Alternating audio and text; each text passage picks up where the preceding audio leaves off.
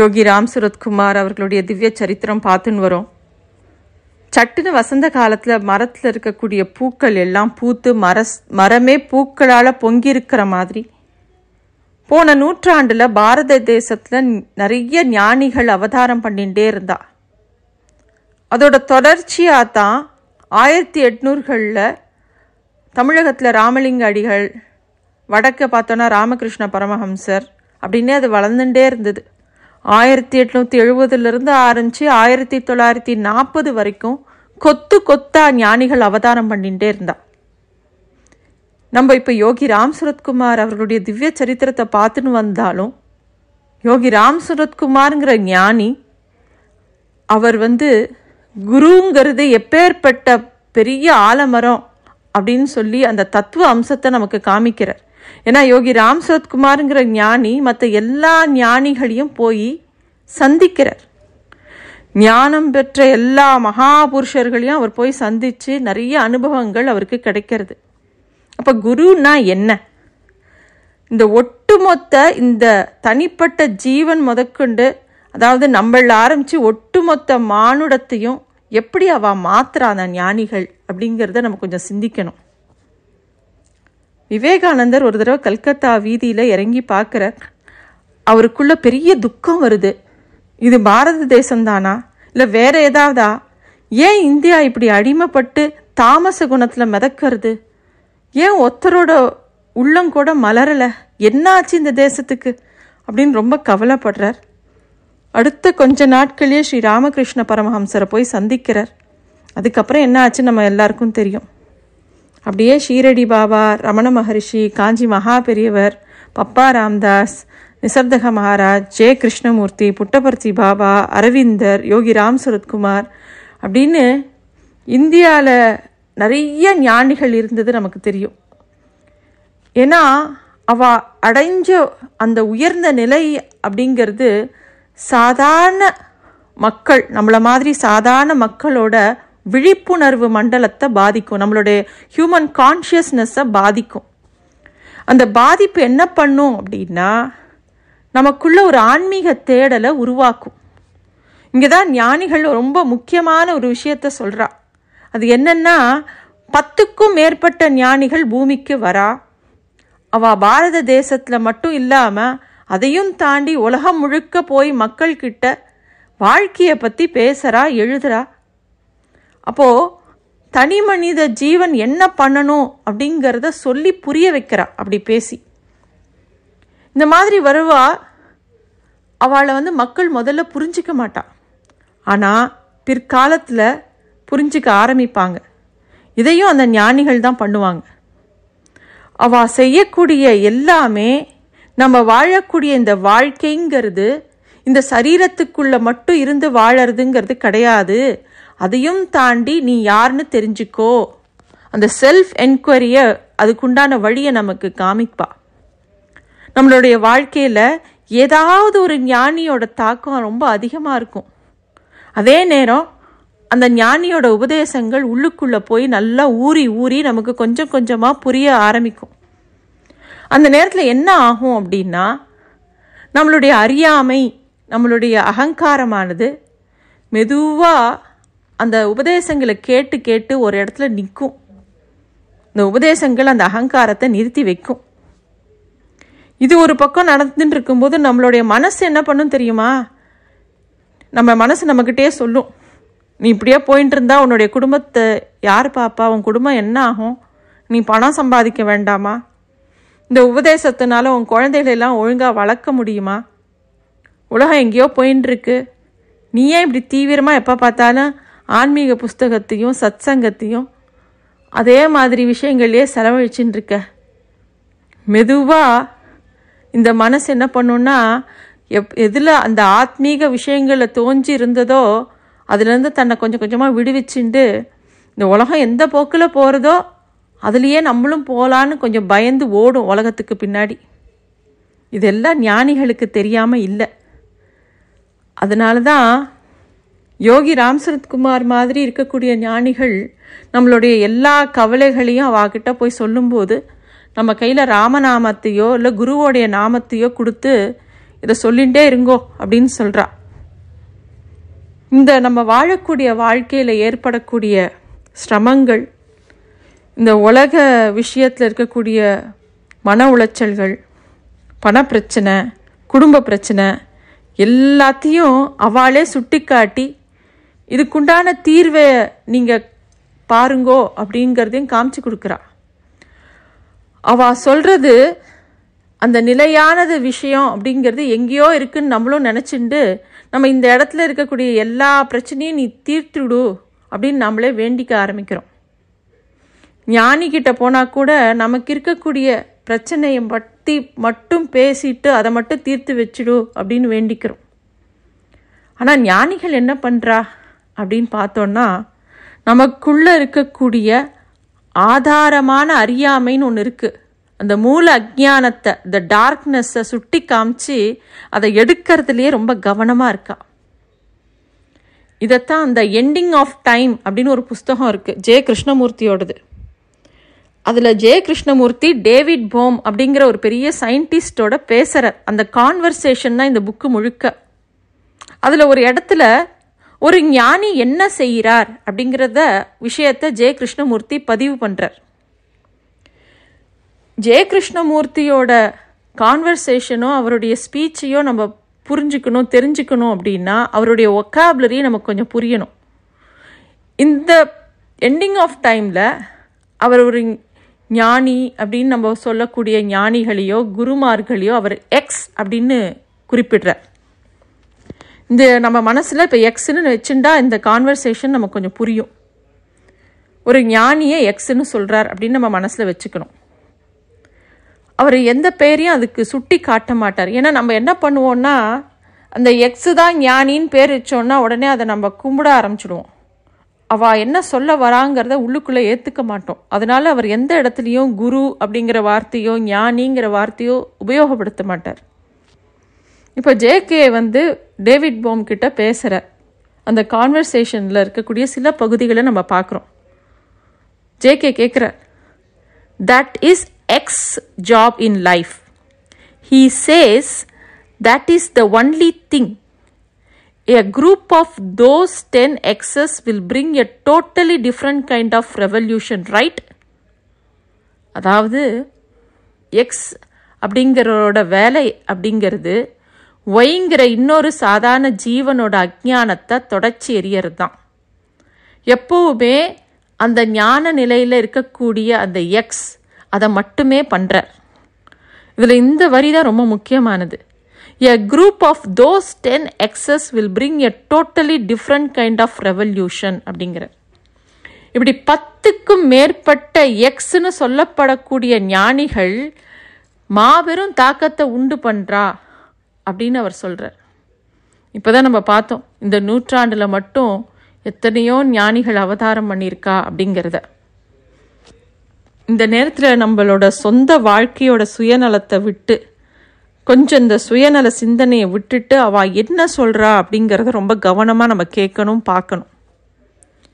ஒரு ஞானி என்ன பண்ணுறார் அப்படின்னா, இந்த சாதாரண ஜீவன்கள் நம்மளை மாதிரி ஜீவன்களுடைய உள்ளுக்குள்ளே இருக்கக்கூடிய டார்க்னஸ், அந்த அஜ்ஞானம்ங்கிற அந்த மையத்தில் தொடர்ந்து வேலை பண்ணிகிட்டே இருக்கா.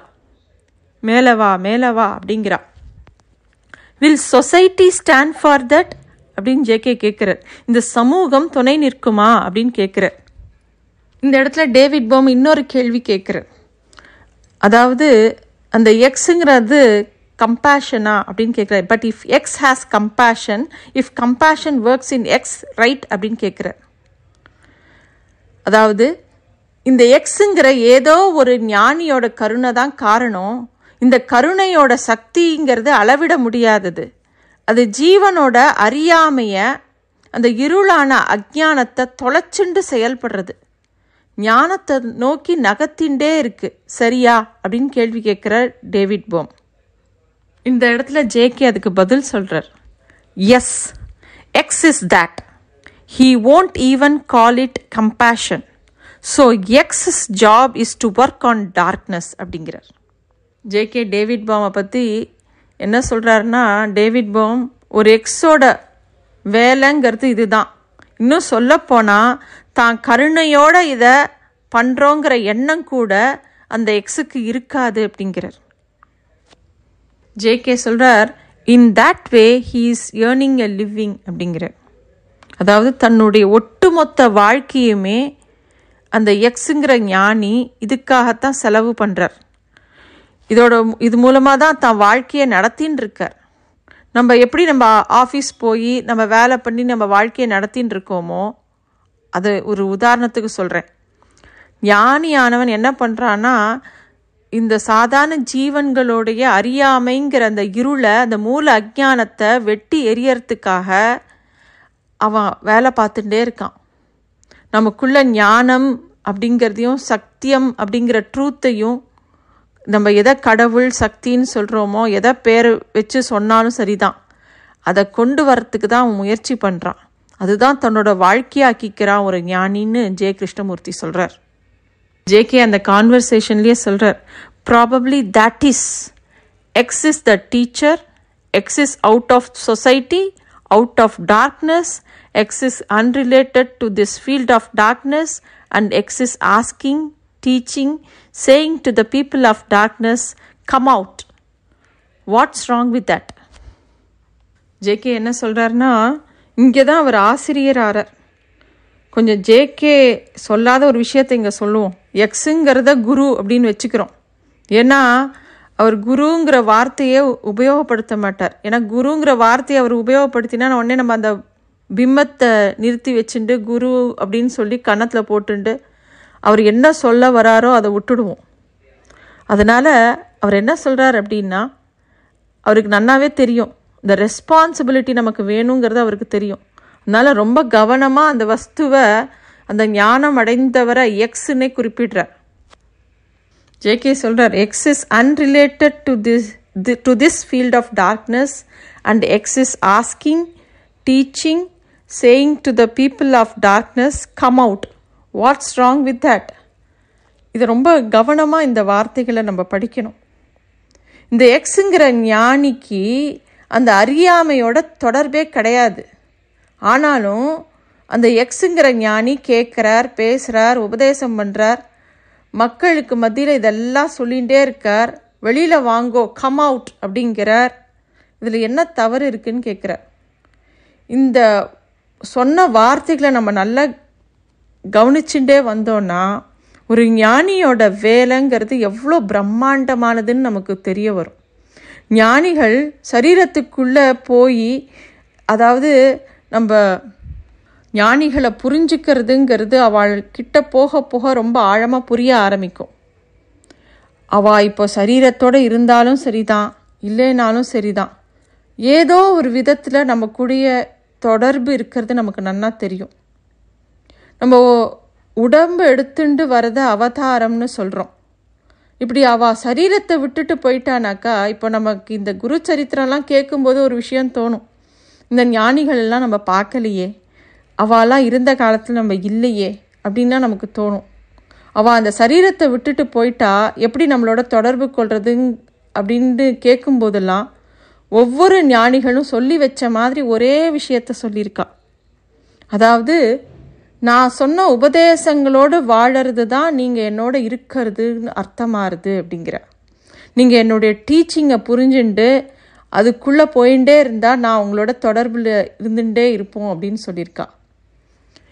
இப்படி அவள் சரீரத்தோடு வரது ஒரு அவதாரம் அப்படின்னு எடுத்துட்டா கூட, சரீரத்தை விட்டு போனால் கூட இங்கே சூக்ஷ்மமாக இன்னொரு அவதாரம் எடுக்கிறா. அதுக்கு பேர் தான் கிரந்தா அவதாரம். கிரந்தம்னா புஸ்தகம், எழுத்துக்களால் கோர்க்கப்பட்ட உபதேசங்கள், அந்த அருள்மொழிகள் நிறைய நூல்கள் இருக்குது, ரொம்ப புனிதமான கிரந்தங்கள் இருக்குது. அதை தான் கிரந்தாவதாரம்னு சொல்கிறோம். ஸ்ரீமத் பாகவதத்தில் கிருஷ்ணர் கடைசியாக உத்தவர்கிட்ட, நான் சரீரத்தை விட்டுட்டு வைகுந்தம் போகிறேன் அப்படின்னு நீ நினைக்காத, நான் ஸ்ரீமத் பாகவதம்ங்கிற இந்த கிரந்தத்துக்குள்ளே இருக்கேன், அதில் இருக்கக்கூடிய ஒவ்வொரு எழுத்தும் சப்த பிரம்மமாக இருக்குது, அந்த எழுத்தை நீ வாசிக்கிற போது சூக்ஷ்மமாக என்னோட நீ இருக்க, அதனால்தான் பாகவதம்ங்கிறது ரொம்ப வசத்தியானது. இதே மாதிரி ராமகிருஷ்ண பரமஹம்சரோட அமுத மொழிகள், அதாவது the gospel of Shri Ramakrishna அப்படிங்கிற ஒரு புஸ்தகம் இருக்குது. அதில் வந்து ராமகிருஷ்ணர் கிரந்த அவதாரமாக இருக்கார். ஷீரடி பாபா சாய் சத் சரித்திரத்தில் கிரந்த அவதாரமாக இருக்கார். நம்ம மனசில் அந்த புத்தகத்தில் இருக்கக்கூடிய அந்த நூலில் இருக்கக்கூடிய உபதேசங்கள், குருவோட உபதேசங்கள் வழியாக நமக்குள்ளே நுழைய ஆரம்பிக்கிறார். ஸ்ரீ பகவான் ரமண மகரிஷி எடுத்துட்டா வசனாமிருதம் அப்படிங்கிற அந்த புஸ்தகத்துக்குள்ளே அவர் இருக்கார். ஜெய கிருஷ்ணமூர்த்தி எடுத்துட்டோன்னா freedom from the known, awakening intelligence, நிறைய புத்தகங்கள் இருக்குது. அது வழியாக அவள் உபதேசத்து மூலமாக நமக்குள்ளே வருவாள். விவேகானந்தர் எடுத்துட்டோன்னா ஞான தீப வரிசை புஸ்தகம், காஞ்சி மகா பெரியவரை எடுத்துட்டோன்னா தெய்வத்தின் குரல், இந்த மாதிரி கிரந்தத்து வழியாக நமக்குள்ளே வருவா. யோகி என்ன பண்ணுறாருன்னா, தான் கிட்ட வந்த பல பக்தர்கள்கிட்ட நிறைய ஞானிகளோட நூல்களை கொடுத்து கண்டிப்பாக படிக்கணும் அப்படின்னு சொல்லுவாராம். அதெல்லாம் வெறும் அறிவை வளர்த்துக்கிறதுக்காக கிடையாது. இந்த ஞானிகளோட மொழி என்ன தெரியுமா பண்ணும், நம்மளோட இதயத்தை திறக்கும், மனசு சுத்தமாகும், அற்புதமாக அது வேலை பார்க்கும். யோகி ராம் சரத்குமார் அதனால்தான் முன்னாடியே என் தந்தை எனக்கு எதுவும் எழுத சொல்லலை, இந்த உலகத்துக்கு யோகி ராம் சரத்குமார் அப்படிங்கிற நாமத்தை மட்டும் கொடுத்துருக்கார், அது வழியாக என்னோட தந்தை செயல்படுவார் அப்படின்னு சந்தேகமே இல்லாமல் ரொம்ப உறுதியோடு சொல்லிட்டார். அப்பேற்பட்ட யோகி ராம் சரத்குமாருங்கிற ஞானி நிறைய ஞானிகளை தரிசனம் பண்ணுறார் அப்படிங்கிறத பார்த்தோம். அப்படி தரிசனம் பண்ணுறதோட நோக்கமே நம்மளும் அந்த ஞானிகளையெல்லாம் நினச்சிக்கணும், அவா கொடுத்த அமுத மொழிகள், அந்த நிறைய உபதேசங்கள் இருக்கு இல்லையா, அந்த ஞானிகர்களோட நூல்களையெல்லாம் வாசிக்கணுங்கிறதுக்காக தான். ஒரு உண்மையான குரு என்ன பண்ணுவார் அப்படின்னா, நீ என்கிட்ட மட்டும் வா அப்படின்னு சொல்லாமல் எங்கெல்லாம் குருங்கிற அந்த சத்தியம் இருக்கோ அங்கெல்லாம் நம்மளை கூட்டிகிட்டு போவார், தானும் தரிசனம் பண்ணுவார். ஞானிகள் பக்தர்களை மட்டும் தரிசனம் பண்ணுறதில்ல, இன்னொரு ஞானிகளையும் போய் பார்ப்பா. ஏன்னா அதுக்குள்ளேயும் அந்த கருணையினால தான் அவள் அதை பண்ணுறா. நமக்கு அது மூலமாக நிறைய விஷயங்களை சொல்லி கொடுப்பா. நமக்கு குரு அப்படிங்கிறது ஏதோ ஸ்தூலமாக ஏதாவது காரியங்களை பண்ணின்னு இருக்கிறது மட்டும்தான் நமக்கு தெரியும். ஆனால் அவள் சூக்ஷ்மமாக தங்களுக்குள்ள தாங்களாக பல நேரம் சில காரியங்களை நம் பொருட்டு ரொம்ப கருணையோடு செய்வா. சில சமயம் நமக்கு அதுக்குண்டான காரணம் புரியும், சில சமயம் தெரியாது. அப்படித்தான் காஞ்சி மகா பெரியவர் யோகி ராம் சரத்குமார் 2 பேரும் சந்தித்த விஷயம் ஒன்று இருக்குது. காஞ்சி மகா பெரியவர் யோகி ராம் சரத்குமாரை பற்றியும் அந்த நாமத்தோட மகிமையை பற்றி ரா கணபதி அண்ணா கிட்ட பேசினதை பார்த்தோம். இப்போது அவள் 2 பேரும் சந்திச்சுன்ற நிகழ்வு ரொம்ப ஆச்சரியமானது. சந்திரமௌலின்னு ஸ்ரீ மகா பெரிவாளுடைய பக்தர் ஒருத்தர் இருந்தார்.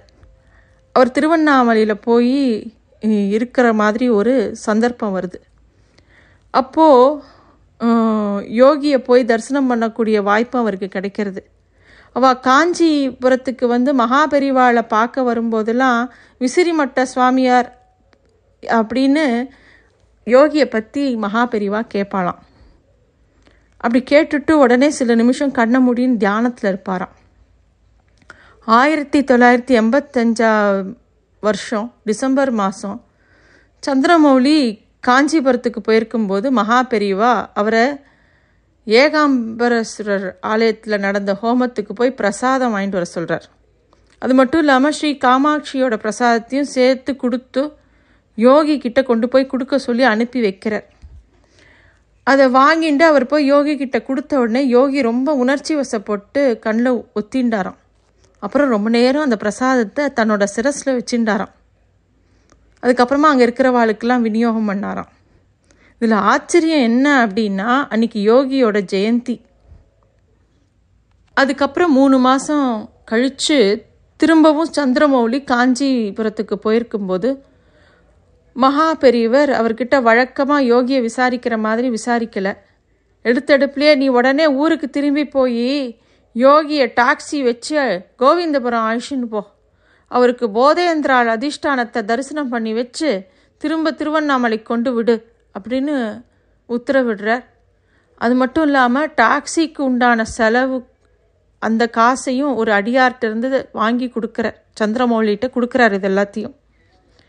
நாம மகிமையை குறிப்பாக ஸ்ரீராமநாம வைபவத்தை தக்ஷிண தேசத்தில் பரப்பினவர் யார்? அதுக்கு முதல் ஸ்தானம் யாருக்குன்னா ஸ்ரீ போதேந்திராளுக்கு. கும்பகோணத்துக்கு பக்கத்தில் கோவிந்தபுரத்தில் இருக்கக்கூடிய அவருடைய அதிஷ்டானத்தில் சதா நேரமும் ராமநாமம் ஒழிச்சுட்டே இருக்கிறது எல்லாருக்கும், அந்த முக்கியமாக சித்த உரிமை இருக்கிறவா எல்லா அடியார்களுக்கும் அது கேட்கும். திருவண்ணாமலைக்கு போகிறார் சந்திரமௌலி. மகா பெரியவா சொன்னதை யோகி ராம் சரத்குமார் கிட்ட சொல்கிறார். கொஞ்ச நேரம் யோகி அதை கேட்டுட்டு கண்ணை மூடின்னு தியானம் பண்ணுறார். அதுக்கப்புறம் சொல்கிறார், பரமாச்சாரியா எங்கே இருந்தாலும் அதுவே இந்த பிச்சைக்காரனுக்கு கோவிந்தபுரம் அப்படிங்கிறார். சந்திரமௌலிக்கு என்ன பண்ணுறதுனே புரியல. டாக்ஸி வேற வந்தாச்சு, இப்போ என்ன பண்ணுறது, யோகி இப்படி சொல்கிறாரேன்னு யோசனை பண்ணிகிட்டே இருக்கும்போது யோகி அந்த டாக்ஸியில் ஏறி உட்கார்றார். சந்திரமௌலியும் ஏற்றிக்கிறார். டிரைவர்கிட்ட காஞ்சிபுரம் போகலாம் அப்படிங்கிறார். சாயந்தரம் 4:30 மணிக்கு டாக்ஸி மடத்துக்கு வந்து சேர்றது. யோகியை பற்றி ரொம்ப புரிஞ்சிக்காதவா அங்கே வேலை செய்கிறவாலாம் மகா பெரிவாளை பார்க்கறதுக்கு முடியாதுங்கிற மாதிரி சொல்கிறா. அவள் வாய் சொல்லி முடிக்கிறதுக்குள்ளேயே சாக்ஷாத் அந்த ஸ்ரீ மகா பெரியவரே அங்கே வந்து யோகிக்கு முன்னாடி நிற்கிறார். யோகி பெரியவரை மகா பெரியவாளை நமஸ்காரம் பண்ணி எழுந்துக்கிறார். பின்னாளில் இந்த விஷயத்தை இந்த பிச்சைக்காரன் அப்படியே தூங்கிவிட்டான் அப்படின்னு தன்னுடைய எழுத்தாளர் சகோதரர்கிட்ட சொன்னாராம் யோகி. அப்போ அந்த சகோதரர் அதுக்கு பதில் சொன்னாராம், அது என்ன தூக்கம்னு எனக்கு தெரியாதா அப்படின்னாராம். அப்படி நமஸ்காரம் பண்ணும்போது சமாதி நிலைக்கு போகிறார் யோகி. நமஸ்காரம் பண்ணிட்டு எழுந்துக்கிறார் யோகி. அந்த 2 மகா புருஷர்களும் எதிரெதிர நிற்கிறா. 2 பேரும் 2 கரங்களையும் உயர்த்தி நிற்கிறா. அங்கே பெரிய மௌனம், மகா மௌனம் இருக்குது. 2 பேரும் உள்ளுக்குள்ளே இருக்கக்கூடிய அவளுக்குள்ளே இருக்கக்கூடிய சத்தியம் அவள் 2 பேருக்கு முன்னாடி பிரவாகமாக அப்படியே வழிஞ்சோடித்து கங்கையும் யமுனையும் கலந்து உரையாடின மாதிரி இருந்தது. காஞ்சி கங்கை, அருணை யமுனை அதோட சங்கமம் மாதிரி இருந்தது அது. அதுக்கப்புறமா மகா பெரிவா திரும்பி ஸ்ரீமடத்துக்குள்ளே நடக்கிறார். யோகி ராம் சரத்குமார் திரும்பி ஸ்ரீமடத்தோட வாசலுக்கு வரார். மகா பெரிவா அப்படி திரும்பி நடக்கும்போது அவர் சூரிய வம்சம் அப்படின்னு கூட வந்தவாள்கிட்ட சொல்லிகிட்டே போகிறது அங்கே பக்கத்தில் இருக்கிறவாளுக்கு மட்டும் கேட்டது. யோகி ராம் சரத்குமார் திருவண்ணாமலைக்கு வந்தார். நீங்கள் 2 பேரும் பேசிண்டேளா அப்படின்னு கூட்டின்னு போனவா எல்லாரும் கேட்குறா. யோகி ராம் சரத்குமார் சட்டுன்னு ஆமாம் நாங்கள் பேசிண்டோம் அப்படின்னு தொடர்ந்து என்ன பேசினாருங்கிறதையும் பக்தர்களுக்கு சொல்ல ஆரம்பித்தார்.